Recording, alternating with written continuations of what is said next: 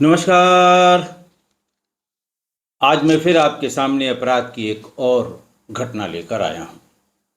आज के अपराध की घटना हालिया है, हाल फिलहाल की है। प्रदेश वही अपना उत्तर प्रदेश और जिला बलिया। हुआ कुछ यूं कि 11 मई 2025 को बलिया की सिटी कोतवाली में एक महिला माया ने आकर अपने पति देवेंद्र की गुमशुदगी लिखवा दी। उसने गुमशुदगी में लिखवाया कि देवेंद्र यानी मेरे पति रिटायर्ड फौजी हैं और उनका मानसिक संतुलन ठीक नहीं है, वो घर से कहीं चले गए हैं, हमारी गुमशुदगी लिख ली जाए। बहरहाल उनकी गुमशुदगी लिख ली गई और अगले दिन यानी 12 मई को सिकंदरा कोतवाली में दो लड़कियां पहुंची। दोनों लड़कियां उसी जो गुमशुदगी जिसकी लिखाई गई थी, उन दोनों उनकी बेटियां थीं, दोनों बेटियां थीं और दोनों ने पुलिस को ये बताया कि एक बेटी का नाम था सुप्रिया और दूसरी का नाम था अंबली। सुप्रिया गौतम और अंबली गौतम। दोनों ने सिकंदरा थाने पर जाकर ये बताया कि उनके पिता की गुमशुदगी उनकी मां ने लिखवाई है, लेकिन मुझे ये शंका है कि मेरी मां ने मेरे पिता की हत्या करवा दी है और मेरी मां का साथ मेरे मां के प्रेमी अनिल यादव ने दिया है। ऐसा बेटियों ने अपनी मां के विरुद्ध ये एफआईआर लिखवाई। सिकंदरा थाने में ही एक दिन पहले यानी 11 मई को कुछ शरीर के कटे हुए अंग भी खेतों से बरामद हुए थे। पुलिस को यह समझने में देर नहीं लगी कि जरूर ऐसा ही कुछ हुआ होगा अगर ये बच्चियां बता रही हैं। पुलिस ने उन कटे हुए अंगों को वहां से बरामद करके पोस्टमार्टम के लिए भिजवा दिया गया था। पुलिस उन दोनों बच्चियों को लेकर वहां पहुंची मर्चरी में। बच्चियों ने पहचान कर बताया कि हाँ, ये मेरे पिता के ही अलग अलग अंग हैं। हाथ पैर अलग अलग थे, कुल 6 टुकड़े किए गए थे उसके पिता के शरीर के। पुलिस को ये समझने में देर नहीं लगी कि अगर बेटियां लिखा रही हैं तो उसमें कुछ न कुछ सच्चाई जरूर होगी। फिर 12 मई को ये शिकायत मिलने के बाद और ये पहचान होने के बाद कि सिकंदरा क्षेत्र में जो भी बरामद हुआ है, मानव अंग बरामद हुए हैं अलग अलग, वो देवेंद्र के ही हैं जिसकी सिटी कोतवाली में गुमशुदगी लिखवाई थी इसी माया ने, यानी उसकी पत्नी ने। पुलिस ने माया और अनिल दोनों को हिरासत में ले लिया।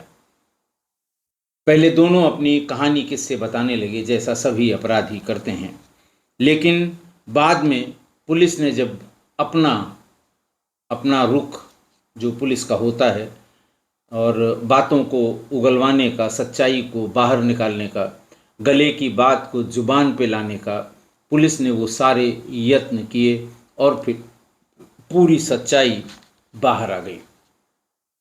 माया ने ये भी बताया कि उसके पति का कत्ल उसके प्रेमी अनिल ने अपने 2 साथियों के साथ किया था। मिथिलेश पटेल और सतीश, इन दोनों का नाम भी बताया। पुलिस ने दोनों को गिरफ्तार किया। अनिल यादव के पैर में गोली लगी, मुठभेड़ हुई और मिथिलेश पटेल और सतीश को पुलिस ने गिरफ्तार कर लिया उसके इस बताने पर। उसके बाद पुलिस ने जानना चाहा कि आखिर हुआ क्या था। ऐसा क्या हुआ था कि पत्नी ने अपने प्रेमी के साथ मिलकर पति की हत्या करा दी। तब माया ने यह बताया कि मरने से, यानी ये घटना 9 मई की है। उसने बताया कि 9 मई की घटना है और उसके 20 दिन पहले मैंने और अनिल ने बैठकर देवेंद्र की हत्या का पूरा प्लान बना लिया था। उसके लिए नशीला पदार्थ अनिल ले आया था और चापड़ भी मार्केट से खरीद कर ले आया था। हत्या को के बाद शव को कहाँ कहाँ ठिकाने लगाना है, इसका भी पूरा प्लान, पूरा खाका उसने तैयार कर लिया था। इस हत्या में कुल 4 किरदार थे। एक माया, मृतक देवेंद्र की पत्नी। दूसरा अनिल, माया का प्रेमी, जो माया से कोई 20 साल उम्र में छोटा था और वो देवेंद्र के न होने पर हमेशा माया के घर पर ही पाया जाता था। वो बलिया के सिकंदरपुर थाना क्षेत्र के खरीद गांव का रहने वाला था। तीसरा किरदार इस पूरी हत्या का मिथिलेश था, जो अनिल का दोस्त था। अनिल खुद ट्रक ड्राइवर था और मिथिलेश उसका दोस्त था। दोनों एक ही गांव के थे और अनिल ने मिथिलेश के साथ मिलकर देवेंद्र का मर्डर किया। सतीश ये चौथा किरदार है। अनिल का दोस्त है, तीनों एक ही गांव के हैं। पुलिस ने अनिल को एनकाउंटर में पकड़ा। सतीश को अनिल के एनकाउंटर के बाद पकड़ा और जब वो बलिया से बिहार भाग रहा था तब उसकी गिरफ्तारी हुई थी। पुलिस ने पूछताछ में ये उसको पता लगा कि 44 साल की पत्नी माया थी और 64 साल का उसका पति देवेंद्र था। माया ने यह बताया कि अनिल से उसकी मुलाकात 4 साल पहले 2021 में हुई थी। दोनों ने एक दूसरे का फ़ोन नंबर लिया, फिर बातें होने लगीं। फिर वही होता है जो पहले शुरुआत में बात हुई, फिर व्हाट्सएप कॉल हुआ, फिर वीडियो कॉल हुआ, फिर मिलने की इच्छा जाहिर की। और वो कहती है कि जब उसने पहली बार मिलने के लिए कहा तो वो घबरा गई, माया घबरा गई। लेकिन फिर मौका देखकर उसने, जब देवेंद्र घर पर नहीं थे तो अनिल के लिए घर पर अनिल को घर पर बुला लिया। दोनों ने बैठकर चाय पी। फिर दोनों धीरे धीरे एक दूसरे के बहुत करीब आ गए और अब जैसा माया ने बताया कि वो इतना करीब आ गए कि दोनों एक दूसरे के लिए कुछ भी कर सकते थे। अब आप अंदाज लगाइए कि माया 44 साल की और अनिल 24 साल का, 20 साल का अंतर था। पहले तो वो जब बुलाया करती थी तब अनिल घर पे आता था, लेकिन फिर बाद में अनिल बिना बुलाए भी उसके घर आने लगा। 2 बार ऐसा हुआ कि अनिल जब बिना बुलाए माया के घर आया तो देवेंद्र घर पर मौजूद था। देवेंद्र ने उसके जाने के बाद पूछा कौन है, तो उसने कहा कि ये मेरा दोस्त है। देवेंद्र ने 2 बार उसे ये भी टोका कि ऐसे दोस्तों को घर पर नहीं बुलाना चाहिए। पता नहीं वो कैसे आ गया, उसे ये पता होगा शायद कि मैं घर पर नहीं हूँ, लेकिन इसका प्रतिवाद किया माया ने और ये कहा कि तुम फौज में हो, हर बात में शंका करने की तुम्हें आदत है। बहरहाल बात आई गई हो गई, लेकिन इतनी डांट फटकार या पता लगने के बाद भी अनिल का माया से मिलना बंद नहीं हुआ। और धीरे धीरे ये बात मोहल्ले वालों को भी पता लग गई कि जब जब देवेंद्र बाहर गया अनिल फौरन आ जाता था और कभी कभी पूरा दिन और पूरी रात अनिल माया के घर में ही रहता था। आप जानते हैं कि अगल बगल वालों से कभी इस तरह की बातें नहीं पसती हैं और उन्हीं लोगों में से किसी ने बिल्कुल तिथिवार और समयवार देवेंद्र को पूरी बात बता दी। उसके बाद देवेंद्र घर आया और उसने माया से डांट फटकार भी की, लड़ाई झगड़ा भी किया और उसके बाद मार पीट शुरू कर दी और ये कहा कि अगर अब की बार अनिल मुझे यहाँ आया या मुझे पता लगा कि वो घर आया था तो तुम्हारे और अनिल दोनों के लिए ठीक नहीं होगा। ऐसा सुनते ही उसने फौरन अनिल से संपर्क किया और ये बताया कि देवेंद्र मुझे मारते पीटते हैं।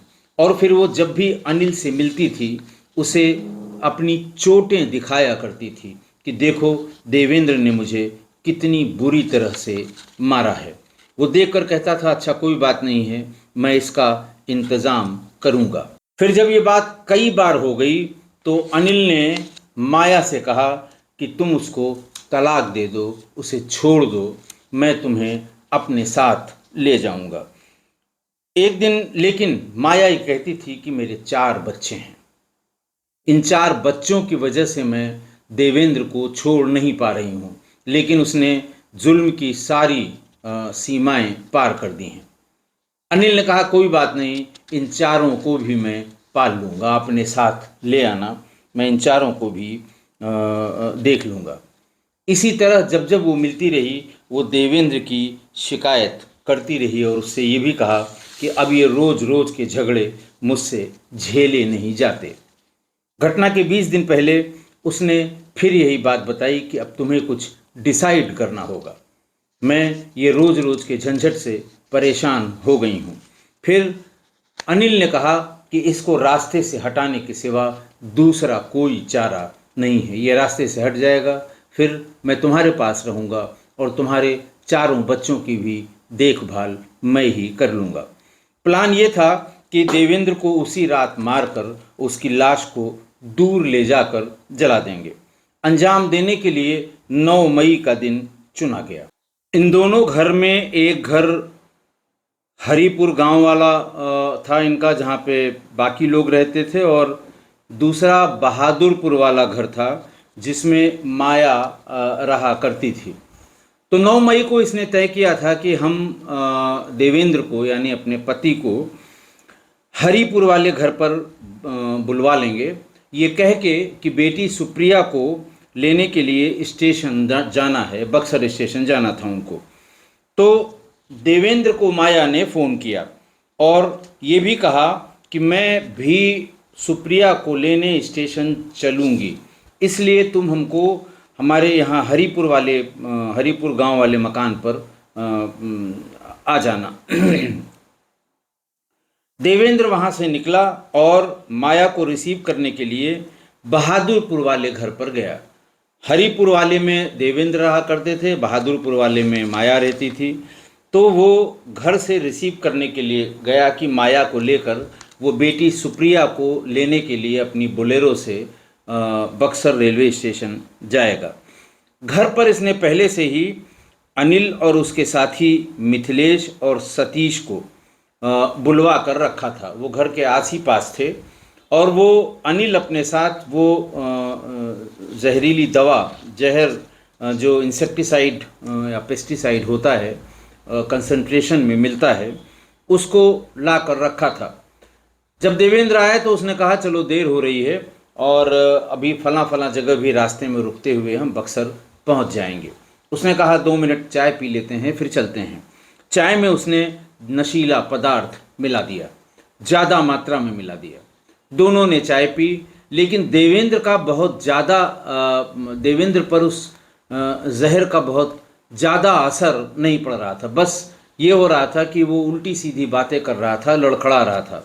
इस बीच में उसने टेलीफोन करके अनिल को और मिथिलेश और सतीश को बुला लिया। उसके बाद उन्होंने तीनों ने मिलके उसका गला दबा दिया। तब तक वो थोड़ा थोड़ा बेहोश भी होने लगा था। उस वक्त रात के करीब 1:30 बज रहे थे। जब वो पूरी तरह से बेहोश हो गया और गला दबा के उसे ये लगा कि अब इसकी मृत्यु हो गई है, तो उसे बोरे में भरकर अनिल, मिथिलेश, सतीश और माया ये गांव दियारा ले गए, दियारा गांव पर ले गए। वहाँ चापड़ से अनिल ने पहले देवेंद्र का सिर धड़ से अलग किया। देवेंद्र पति था उसका, रिटायर्ड फौजी था, और अनिल उसका प्रेमी था। इसके बाद अनिल और मिथिलेश ने उसके हाथ और पैर भी काट दिए। वो उसको और छोटे टुकड़ों में करना चाहते थे, लेकिन माया ने कहा कि इतने टुकड़े करो ताकि इसको आराम से अलग अलग जगह पर फेंका जा सके। 6 टुकड़े हो गए। तब उसे लगा कि अब देर हो रही है, आने पर मेरी बेटी मुझे परेशान करेगी कि पापा कहाँ हैं और मुझे उसे लेने के लिए जाना होगा। लिहाजा 6 टुकड़े करने के बाद अनिल ने देवेंद्र के हाथ पैर खरीद गांव के एक बगीचे में फेंक दिया। धड़ वहां से 500 मीटर दूर एक कुएं में डाल दिया। धड़ को 500 मीटर दूर एक कुएं में डाल दिया। और उसके बाद उसका सिर घाघरा नदी में फेंक दिया। ये सब करने के बाद सभी चारों लोग घर पर आ गए, उसी घर पर जहाँ माया रहती थी। किसी को किसी प्रकार का शक न हो, इसलिए माया बोलेरो से बेटी को लेने बक्सर चली गई और फिर वहाँ पहुँची। गाड़ी थोड़ी लेट थी, हालांकि इसको जाने में भी देर हो गई थी, लेकिन स्टेशन पर उसने बेटी को रिसीव कर लिया। गांव वाले घर से लोगों ने देवेंद्र को फ़ोन किया। शाम के समय या रात के समय सामान्य रूप से लोग जो एक दूसरे का हालचाल लेते हैं, उनको फ़ोन किया तो उसका फ़ोन नहीं लगा। जब उसका फ़ोन नहीं लगा तो लोगों ने माया से उसके बारे में जानकर, जो रोज़ वाले हैं शाम को रात में फ़ोन करने वाले हैं, तो और ख़ासकर उसके जो रिटायर्ड फौजी मित्र हैं, जो उसकी सर्किल थी, तो उसने माया के पास 2-4 लोगों ने फ़ोन किया कि क्या बात है, आज देवेंद्र का फ़ोन नहीं उठ रहा है। उसने और उसके बाद रात में जब सुप्रिया घर पहुंची तो उसने पूछा कि इतनी रात में पापा कहाँ चले गए। उनको पता था कि मैं आ रही हूँ और उन्हीं को रिसीव करने के लिए आना था और वही यहाँ घर पर नहीं हैं। तो 2 बार उसने पूछा उससे कि पापा कहाँ पर हैं, लेकिन माया ये टाल गई और पुलिस को उसने अगले दिन उसके बेटी से उसने कहा कि पापा किसी बात पर नाराज़ होकर, ज़्यादा पी ली थी और किसी बात पर नाराज़ होकर चले गए हैं, सवेरे तक आएंगे। सवेरे सुप्रिया ने फिर पूछा तो वो पुलिस के पास सुप्रिया को लेकर गई। 10 तारीख को, 9 तारीख की ये घटना थी, 10 तारीख को वो पुलिस के पास गई और उसने अपनी शिकायत में पुलिस को बताया कि देवेंद्र का मानसिक संतुलन ठीक नहीं था और वो कहीं अपने आप चले गए हैं। बेटियों को शक हुआ, सुप्रिया को शक हुआ। सुप्रिया ने अपनी बहन अम्बली गौतम को बताया, अम्बली गौतम भी आ गई और इन दोनों को शक होने लगा कि पापा ऐसा उन्होंने कभी नहीं किया। वो कहीं भी हों, मोबाइल उनके पास रहता था और हमेशा वो दिन में 2 बार 3 बार हालचाल पूछते थे और लास्ट जो उनसे बात हुई थी, उन्होंने यही कहा था कि मैं तुमको लेने बक्सर रेलवे स्टेशन पर आऊँगा। दोनों बहनों ने आपस में जब बातचीत की तो उन्हें दाल में कुछ काला नज़र आया। उन्होंने कहा कि माँ कुछ न कुछ छिपा रही है और पूरा टाइम माँ के साथ उनका प्रेमी अनिल भी मौजूद था जब सुप्रिया और अम्बली दोनों अपने पापा के बारे में बार बार पूछताछ कर रही थी। जब कुछ नहीं पता लगा तो शाम तक फिर दोनों बहनें चुपचाप किसी बहाने से घर से निकलकर सीधे थाने पर पहुंची और 12 मई को दोनों बहनों ने थाने पर जाकर ये बताया। सुप्रिया पहली बार गुमशुदगी लिखवाने अपनी माँ के साथ गई थी। वहाँ बताया कि कल मैं माँ के साथ आई थी, लेकिन मुझे दाल में कुछ काला लग रहा है। मेरे पिता कभी ऐसा नहीं करते और ऐसा संभव नहीं है कि वो मुझे लेने के लिए ना आते। पूरी बात बताई और ये भी बताया कि मुझे पूरा शक है कि मेरी माँ और अनिल ने मिलकर मेरे पिता की हत्या कर दी है। खैर, उसके बाद जब दोनों लड़कियों ने ये बात बताई, पुलिस को भी कुछ समझ में आया तो उन्होंने माया को हिरासत में ले लिया।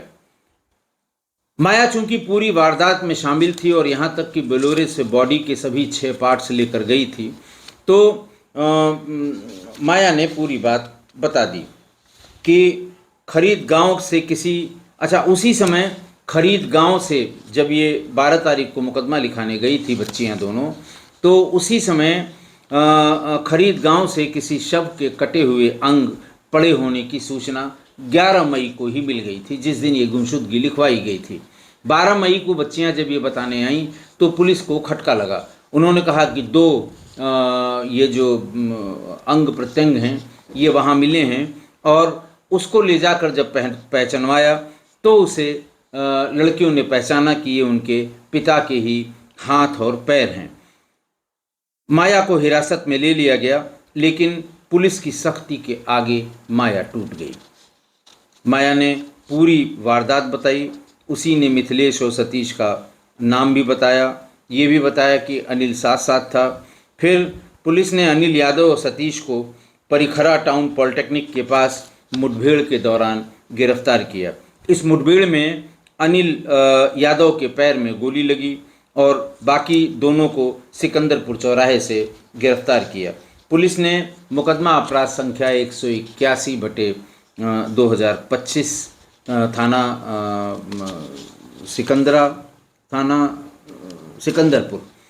सिकंदरपुर में 103 1031 मर्डर की धाराएं और 238 जो नया BNS है, 238 जो पहले 201 था IPC में कि सबूतों को छिपाना, ये दर्ज किया और सभी चारों को, इस हत्या के चारों किरदारों को गिरफ्तार करके जेल भेज दिया।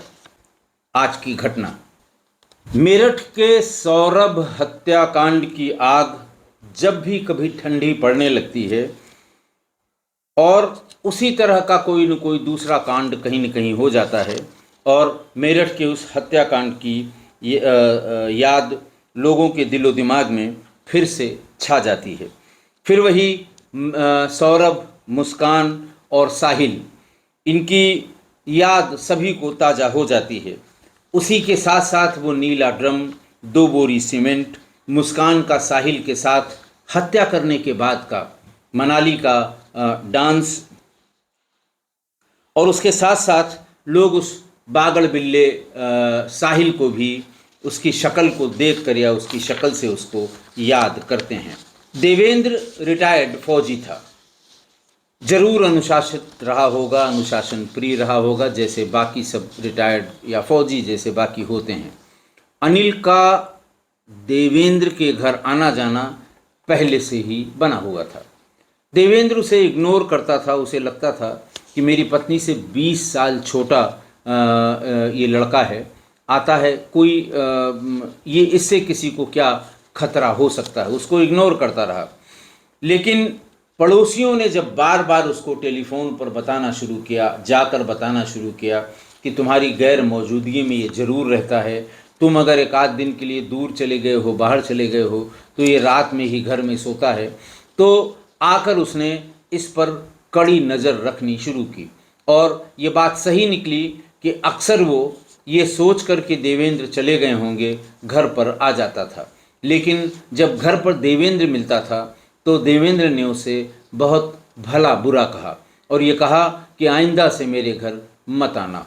उसके आने के बाद, मतलब उसके वहाँ घर से निकलने के बाद, उसने अपनी पत्नी को बहुत गाली गलौज की, तमाम डांटा, तमाम हर तरह से उसे प्रताड़ित किया। लेकिन माया थी कि वो कुछ सुनने को और मानने को तैयार नहीं थी। अनिल को उसने बार बार, पति के बार बार नाराज़गी और उसके डपटने के बाद भी वो बार बार उसे अपने घर पर बुला लेती थी।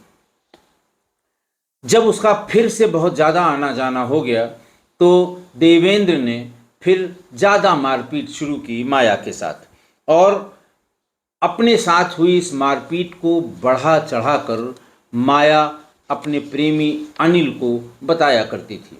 अक्सर जब वो मिलते थे तो उसे दिखाती थी कि देखो डंडे से ये पैर में मारा है, हाथ में मारा है, चोट दिखाया करती थी कि मुझे बहुत ज़्यादा प्रताड़ित करता है, मुझे बहुत मारता है और अब इसका कुछ करना पड़ेगा।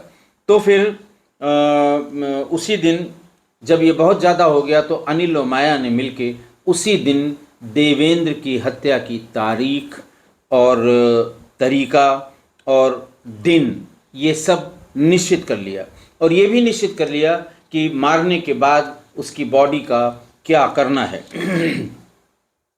अपने इस प्लान को बेटी की जन्मदिन के दिन ही उसने परफेक्टली एग्जीक्यूट कर लिया।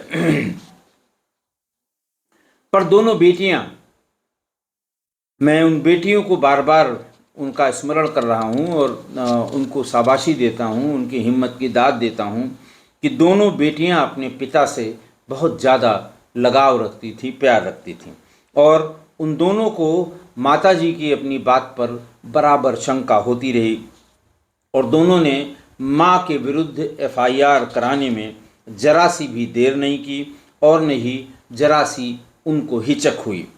पुराने ज़माने से एक अघोषित सिद्धांत चलता है, वो ये कि लड़कियां अपने पिता के ज़्यादा नज़दीक होती हैं। आज भी वही है और आप अपने आसपास घर परिवार में इसको नोटिस कर सकते हैं कि बेटियां अपने पिता के ज़्यादा नज़दीक होती हैं, उनकी बहुत ज़्यादा प्यारी बच्चियां होती हैं, जबकि लड़के अपनी माँ से ज़्यादा नज़दीक होते हैं, उनसे ज़्यादा प्रेम रखते हैं, या माँ भी अपने बेटों को ज़रूरत से ज़्यादा तरजीह भी देती है। तो ये पुरानी बात है जो आज भी सच है। अब हालांकि अब तो लड़का लड़की सब बराबर हैं, लेकिन फिर भी ये बात हर हाल में मानी जाती है कि लड़कियां पिता के बहुत नज़दीक और लड़के माँ के बहुत नज़दीक होते हैं। इसीलिए शायद लड़कियों को ये बर्दाश्त नहीं हुआ और उन्होंने माँ और उसके प्रेमी के विरुद्ध FIR करा दी, जिससे पूरी घटना का पता लगा और माँ, प्रेमी और उसके 2 सहयोगी पिता के इस हत्या के अपराध में जेल भेज दिए गए। इसका बड़ा स्पष्ट अर्थ है कि आप चाहे जितना गलत सोच रहे हों, गलत कर रहे हों और ये सोच रहे हैं किसी को नहीं पता लगेगा, लेकिन आपके बच्चे, जितना आप अपने बच्चों के बारे में जानते हैं उतना ही बच्चे भी आपके बारे में जानते हैं। और जब समय आता है तो न वो कहने से चूकते हैं, न वो करने से चूकते हैं। आशा है आप मेरी इस बात से सहमत होंगे। आज के लिए इतना ही। बहुत बहुत धन्यवाद।